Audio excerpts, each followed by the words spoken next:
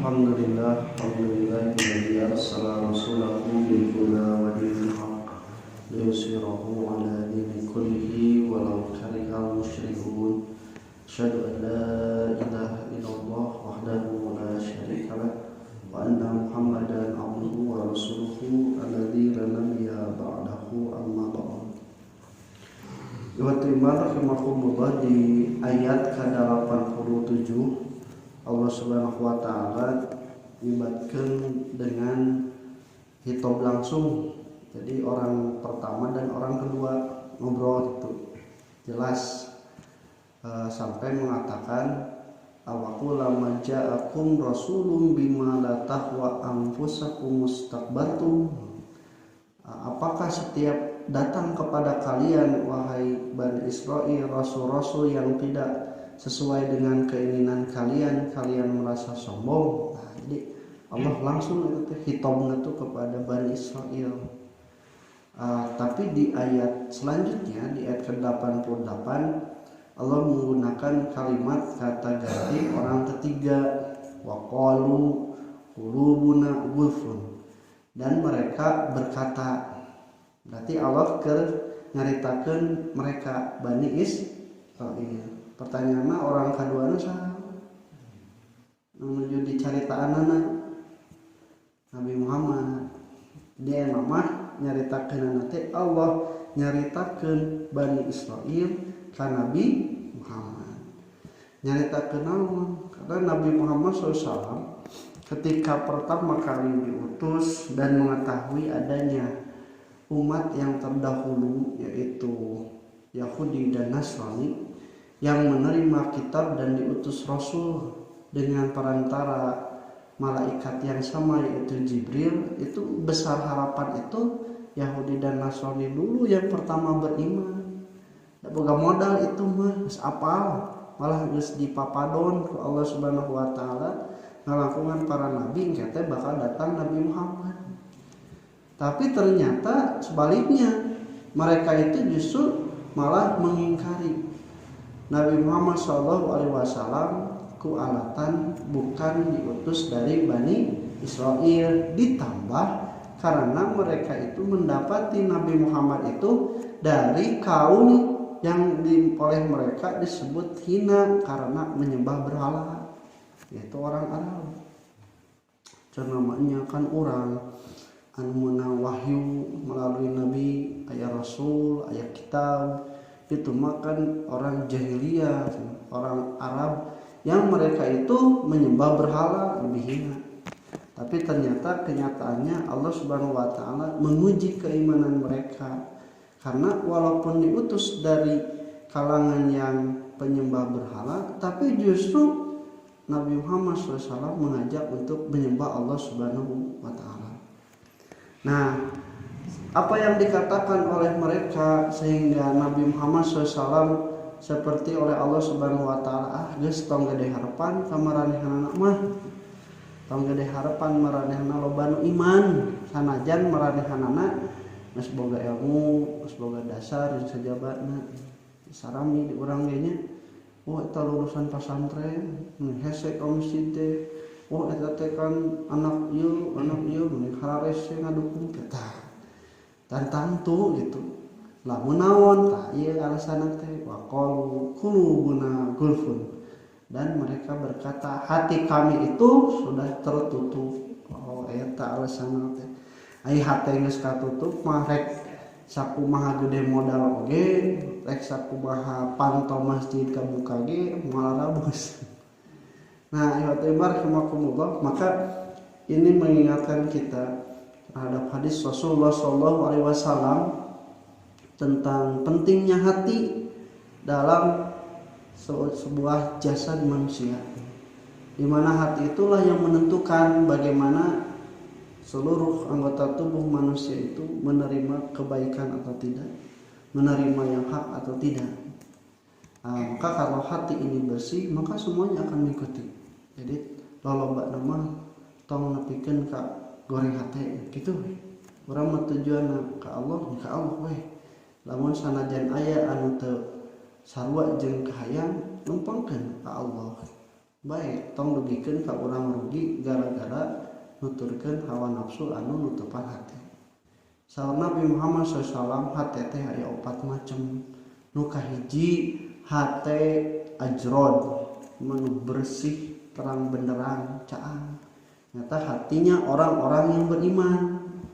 Jadi lamun caang mah berarti kan gampang ngabedakeunana teh kasep jeung anu gadis, anu alus jeung anu goreng. Eta teh gampang ngabedakeun. Karena senah hati yang bersih itu, yang terang itu bisa membedakan dan juga bisa menerima yang benar. Kemudian yang kedua adalah hati yang aglaf, hati yang tertutup. Nah, iya hati-hati orang kafir. Anu dina surah Al-Baqarah ayat ke-6 dikatakan sawaun alaihim amdartahum am tundirhum la yu'minun fatamallahu ala qulubihim wa ala sam'ihim wa ala absarihim gisawatun. Ada penutup.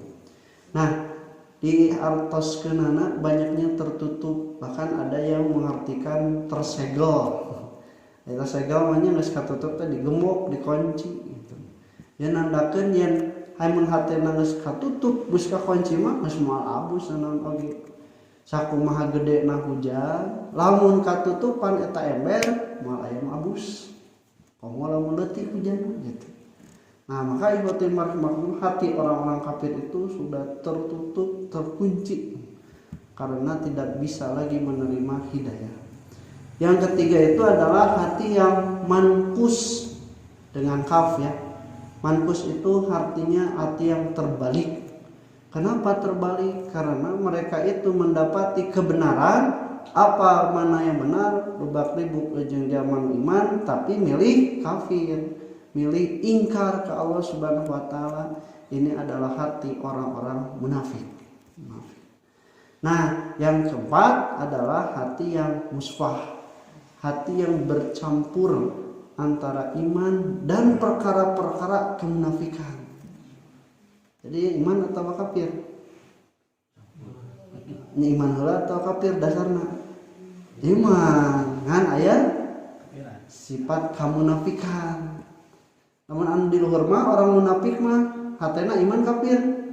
Kafir ngan manehanana loba libuk ngaku jeung jama-jama nu iman tapi tetap mengingkari.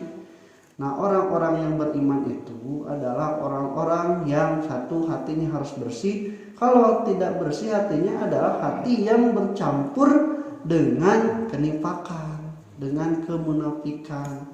Diibaratkan seperti air yang bersih tetapi di dalamnya ada nanah yang bercampur seperti bisu.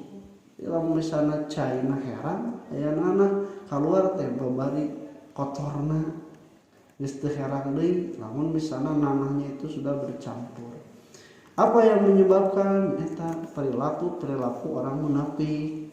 Berdusta apabila berbicara, berjanji, suka ingkar, diamanahi, khianat, pasea, berlebihan. Ta eta teh ciri-ciri munafik nu menyebabkan hatena teh jadi kotor padahal geus bersih ku Allah dengan keimanan tapi jadi tertutupan.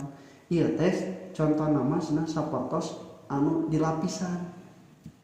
Jadi dilapis itu bersih tapi panglapisna kotor. Jadi si hate teh geus katingali bersih deui. Jadi ku sabab lapisanna kok kotor. Nah, orang-orang beriman teh iman mah bersih gitu. Tapi ku sabab perilaku kenipakan jadi we katutupan ku kotor padahal dihendak mah bersih teh. Nah, ikhwatul iman rahimakumullah, ini katakan oleh Allah Subhanahu wa taala orang-orang kafir itu hatinya adalah aglaf, terkunci, tertutup. Nah, lamun diajak ku Nabi Muhammad cenah kami itu hatinya sudah terkunci. Oh, gitu ini gaya. Hai atuh iman kakang, punten hati abdi tos terkunci, hati abdi mah tos tertutup. Nah, cek Allah teh bal lain kitu sebenarnya. Kunaon la'anahumullahu bikufrihim. Justru mata anjeun teu bisa narima keimanan dengan modal yang begitu besar teh kusabab Allah geus ngalaknat maranehanana. Jadi lain hatena teuing ditutup aku Allah we tambahan dilaknat. Apa laknat itu? Atordu wal ibadu, yaitu diusir dan dijauhkan dari apa? Dari rahmat dan hidayah Allah Subhanahu wa taala. Kenapa? Karena untuk membuktikan bahwa mereka itu bukan 100% hatinya ditutup oleh mereka sendiri sehingga tidak bisa menerima hidayah, tapi sebenarnya Allah Subhanahu wa taala ku sabab manehna kitu kagok tambahan dijauhkeun. Allah membuktikan dengan faqalilam ma yu'minun. Sanajan kitu oge aya saeutik di antara orang-orang Yahudi dan Nasrani yang beriman. Teh kan ngabuktikeun lamun misalnya hatena daek dibuka mah daek narima mah dibikeun ku Allah hidayahna, tapi ku sabab geus ditutupan atuh sia-sia gitu sakumaha dieusian ge ai wadahna nutup mah. Tapi lamun wadahna melenge we saeutik sanajan saeutik abus lama pinuh. Nah ini untuk membuktikan bahwa Allah juga lebih besar kuasa untuk menutup semakin rapat, dan Allah juga berkuasa membuka walaupun sebegitu tertutupnya apabila mereka membuka walaupun celah sedikit. Insyaallah orang ajarkan qul qali hada wassalamualaikum warahmatullahi wabarakatuh.